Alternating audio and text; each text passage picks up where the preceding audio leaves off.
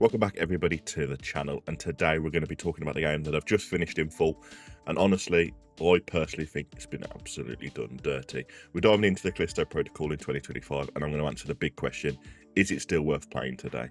Short answer for me, yes, 100% it is, but trust me, there's a lot to unpack in this video, so make sure you get comfy, grab yourself a cup of tea and let's get into it.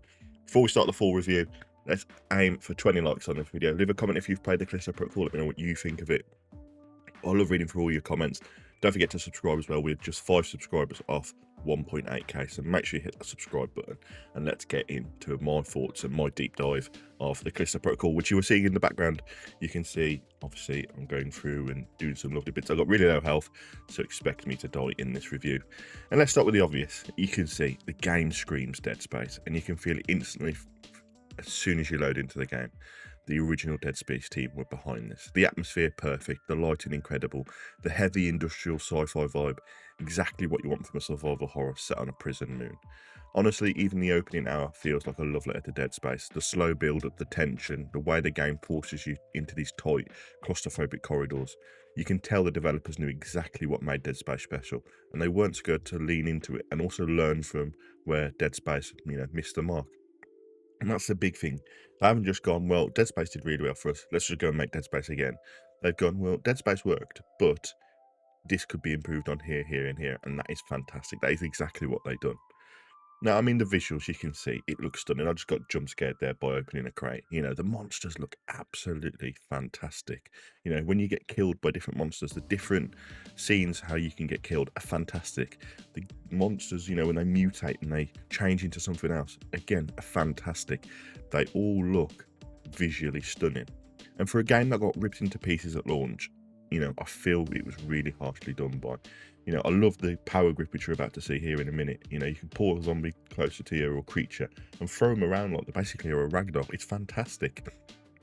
The fog, the sparks, the lighting bouncing off the armor, animations expressing those brutal melee kills are insane. There were so many moments in the game where I had to stop mid-playthrough and just stare at the screen thinking, why did this game get so much hate? Now, the melee combat is probably where, a bit of the hate come in. You can see in the moment here I'm getting hunted down by a two-header, and they are fantastic, absolutely fantastic. See, now I'm going to go up and start beating them with the melee, and that's what I mean, that brutality with the melee combat, fantastic. But sometimes it felt a little bit clunky. Sometimes the dodges felt a little bit stiff. Sometimes it didn't register the dodge. Sometimes you think you've avoided a hit and the game just says nope and smacks you right in the mouth.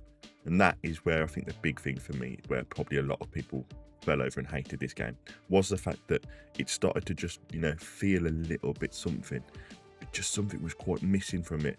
You try and land a hit and it doesn't quite land properly, or you try and dodge and it doesn't time quite right. And that's the big issue with when you try and do like timed melee combat. It is, if people think they've registered it, but the controller or the game hasn't registered it quite right, then you're going to get hit, and it does become quite brutal, especially in a game like this when you get overwhelmed by monsters. But when it does work, my god, it works. Chaining melee hits into a shotgun blast, or snapping limbs off just as you block something before the mutation triggers, it's brilliant. You can tell the system had big ambition, even if it's not perfect. And that's the thing I've got to say, okay, it's not perfect, but it is absolutely enjoyable when it works together. The different weapon types that you get, the pistol, the rifle, the shotgun, obviously the melee weapon is absolutely fantastic. And one of the first things I fully upgraded was the melee weapon to make sure I absolutely nailed all of the different zombies. Now for me, another fantastic part of this game is the mutation mechanic. This game has to be one of the best features in the entire game. An enemy drops to the floor, you think it's dead, and then boom, it starts mutating, bones cracking, spikes rip through their skin, and they turn into some monstrous, heavy damage dealing, high health, basically animal, and you cannot stop them. It peak survival horror right there. It forces you to stay calm, maintain your ammo, and prioritise targets properly. And honestly, I wish more horror games would steal this idea. It keeps the tension high from the start to the finish. You don't know if, well, the one you're shooting is going to mutate, or if you've got a chance to go in and kill it before it does. And it almost gives you that catch-22. Should I play it safe, or should I go in guns blazing? And the story, the story for me is where the internet massively oversold the Castillo has no story narrative.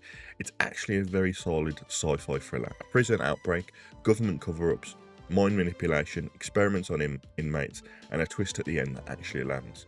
It's not Shakespeare, but neither was Dead Space. It's a sci-fi horror with great pacing, great performances, and a finale that genuinely made me sit up in my chair.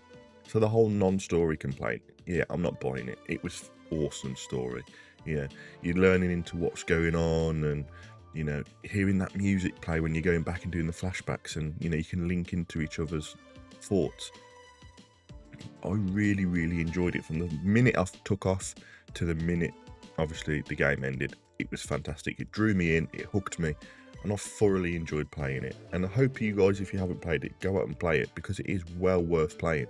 It is absolutely, for me, peak survival horror game. It's up there with the original Dead Space, and that says something, because that game was incredible at launch, and is still incredible to this day. So here's a million credit question. Why did the game get destroyed at launch? Well, here's the truth. It launched buggy, it launched unoptimized, and the reviews jumped on it instantly. People were comparing it to Dead Space Remake before the remake even came out. But in 2025, it's patched, it's smooth, it's gorgeous, and honestly, it's an absolute steal when it goes on sale. It deserved way better than what it got. Now, obviously, you know, when you first play a game, if it's going to be buggy, unoptimized, you're going to get annoyed at it, aren't you? You're going to be thinking, why have I just spent money on this one?